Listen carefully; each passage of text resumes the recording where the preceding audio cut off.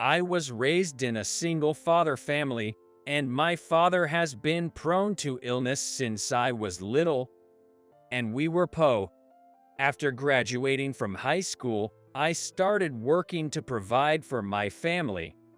Every morning, amidst the echoing mechanical sounds that resonate and blend in with the noise, my heart aches as I see former classmates happily heading towards the university, a sight reminiscent of the past. Is my life just going to end here, in this factory?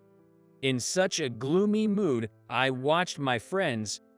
Then, one of my friends noticed me and came over with a bright smile. Hey, Jake. When that unchanging smile was directed at me, I felt relieved. I still feel like I'm in the same world as these guys. I didn't recognize you, Jake. Yeah, you've aged a bit, haven't you? Working really does age you, huh? My friend's innocent words pierced my chest. Oh. We're gonna be late. See you, Jake. I waved at my friends with a smile. Hey, Miller, how long are you going to stand there? My factory supervisor called my name, and I hurried back to work.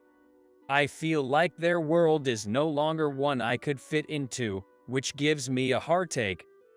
Going back to work, amidst the simple tasks, I had developed a habit of constantly thinking about my own dreams in my mind.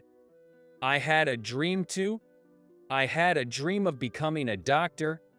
My mother died from a disease when I was in elementary school.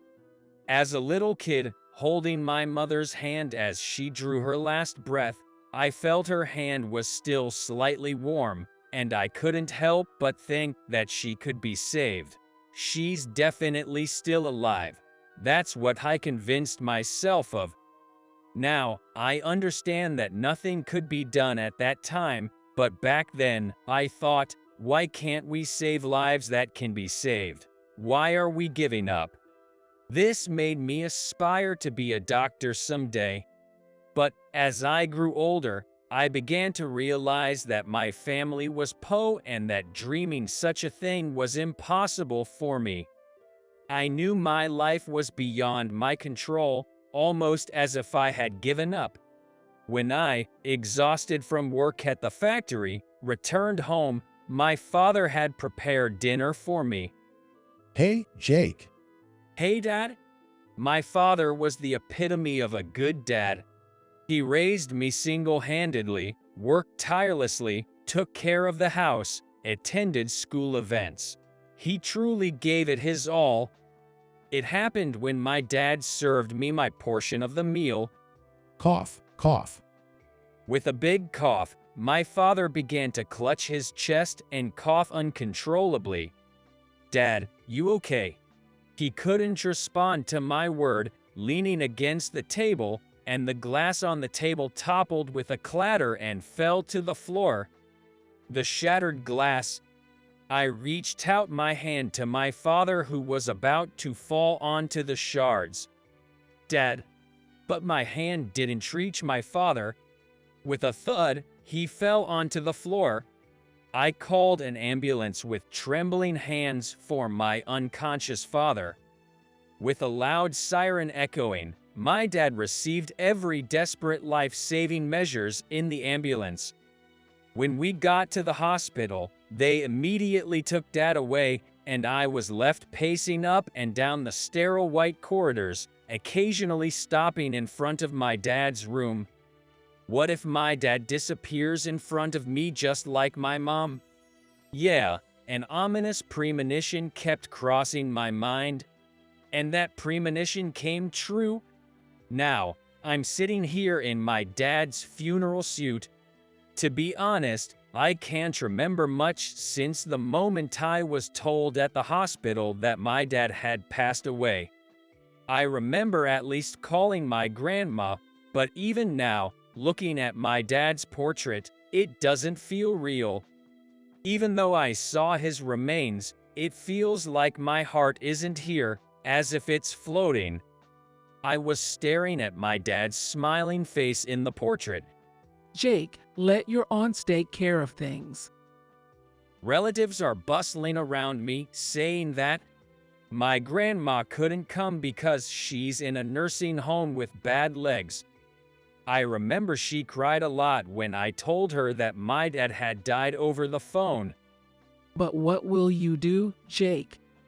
You're working, aren't you? We can't take you in. What about the funeral expenses? We'll use the cash gifts we received for that. They must think I can't hear them. My relatives were worrying about whether I would be a burden or if they had enough money. I can take care of myself, I retorted, but only inside my heart. I don't have the energy to say it out loud. What comes to mind are the times I spent with my dad. My dad who would come to my open school day. He would make a lunch box for the sports festival even though he was clumsy. All he did was to make sure I was never inconvenienced. A single tear trickled down from my eye. Dad, I wanted to give you a break. Let me repay you. Just as I was thinking that, an old classmate appeared among the attendees. He bowed respectfully to me after clasping his hands together in prayer. Despite his respectful attitude, what I heard from him was cruel. That guy's Poe, and now he's lost his family. What's he gonna do? That's just tragic, isn't it? No education, no parents. Right. I felt even more dejected by their condescending words. I just wanted to say goodbye to my dad, but the noise was too annoying. It felt like it wasn't a farewell to my dad, but rather an exposure of how much I lacked. Is there anyone who will truly mourn for my dad? That's when it happened. You're Jake, right? When my name was called, I turned to the voice. There was a very refined gentleman who seemed out of place in my humble, impoverished home. He looked at me kindly and patted my shoulder. You look just like your dad. Then the man started to speak a little louder. You see, I'm really grateful to your dad, Carter. To my dad. Yes, I transferred schools when I was in high school. The reason was that my dad's company went bankrupt and we ran away in the middle of the night. Because of that, I was bullied by my classmates and I felt like I didn't belong anywhere. But Carter was different. He always treated me without any prejudice. I was intently listening to a story about my dad I never knew. It feels like it just happened yesterday. Here's how the man who was talking to me with such familiarity recounted his story. The man had run away during the night and moved to a rural area. Perhaps because it was a small town, rumors of his escape spread quickly throughout the community, causing his parents to lose their place of work and find themselves in deep distress. At his new high school, it seems his classmates had disparaged him as a coward and a pauper. During these hard times, my father, Carter, approached the man. They played together by the river like any normal friends, even went fishing. Realizing that the man's family was struggling financially, my father invited the man's family to his own home for dinner, and they spent a joyful time together. Despite being abandoned by their relatives, Carter's family treated them with utmost kindness, expecting nothing in return. Then, my grandfather found a place for the man's father to work. The man told me that my father and grandparents were the ones who had saved him. Tears welled up in my eyes. My father had always been a truly kind-hearted person. I had always wanted to meet Carter, but by the time I graduated high school, he had moved away. I didn't know where he was, and I've been searching for him ever since. I shared a story I knew. It was about a friend from Carter's high school days that I'd heard about from him. Wait a second, are you Mr. Williams? Huh. The man looked at me with wide eyes. My father often mentioned Williams when he talked about his high school days, so that's why. You remembered after all this time, and yet I came to see you so late. I apologize for my tardiness. My name is Williams. I'm Jake. I introduced myself to Mr. Williams a bit late. Then, with a bit of a moist gleam in his eyes, Mr. Williams spoke up again. This time, not to me, but to the attendees. I've been here paying respects to Carter, but isn't this supposed to be a precious time to say farewell to the departed? I'm deeply hurt by the insensitive comments I've been hearing. Upon hearing this, the people around immediately fell silent. Their shrugs and facial expressions said it all. They didn't care. Thank you. When I quietly thanked him, Mr. Williams looked serious. I wanted to come here and express my gratitude.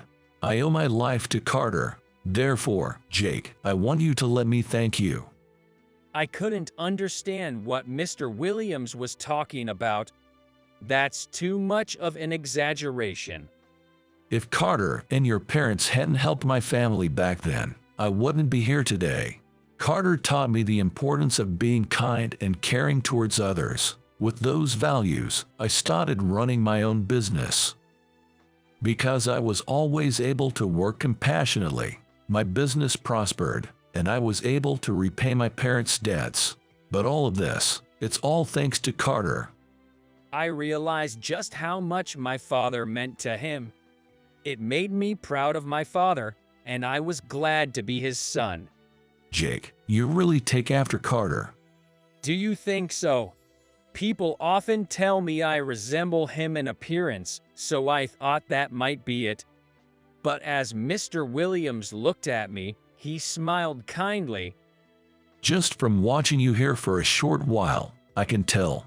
You're a really strong person who can quietly endure hardship, and you are someone who carries a deep kindness. Mr. Williams said that and petted my head. Jake, you did well. I'm sure it was tough for you being alone, but it's okay. I'm on your side. Tears started to stream down my face. I see, it really had been tough. I had just been desperately concealing the fact that I had lost my father, forcing myself to stay calm. I was on the verge of breaking down from anxiety, but I ignored my feelings. From now on, would I be all alone? Is it not allowed to rely on someone? I was filled with such anxiety, and at the same time, I wanted to see my father and do more for him. Amidst these feelings, I was here. I shed tears as if to spit out the lump in my heart to Mr. Williams, who seemed to understand these feelings. Thanks to Carter, I am alive. So, I want to thank Jake. I want you to allow me to return the favor I couldn't do for Carter. I didn't really wish for that and thought about refusing, but Mr. Williams didn't let go of my hand tightly. So, I decided to accept Mr. Williams's gratitude.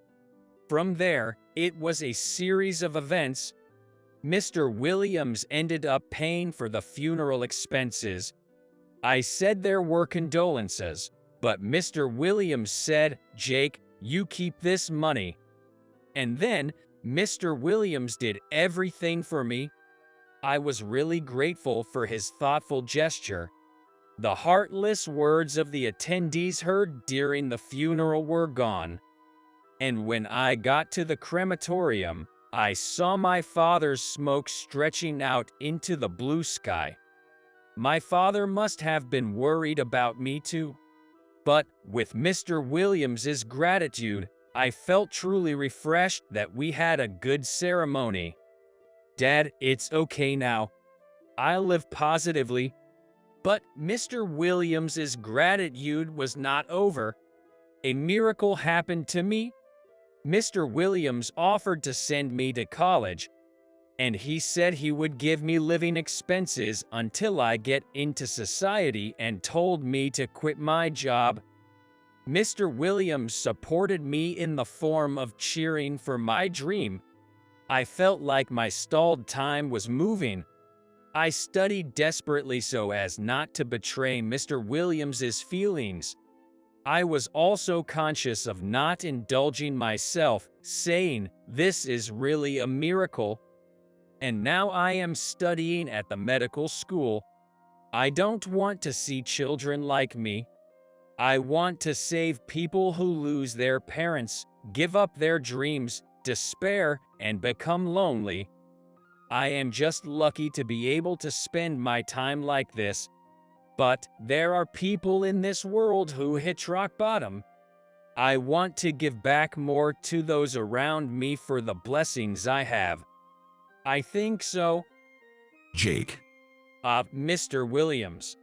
That day, Mr. Williams visited me after the college lecture.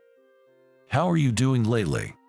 Mr. Williams, who is getting gray hair, was still unchanged in his elegant and gentlemanly behavior.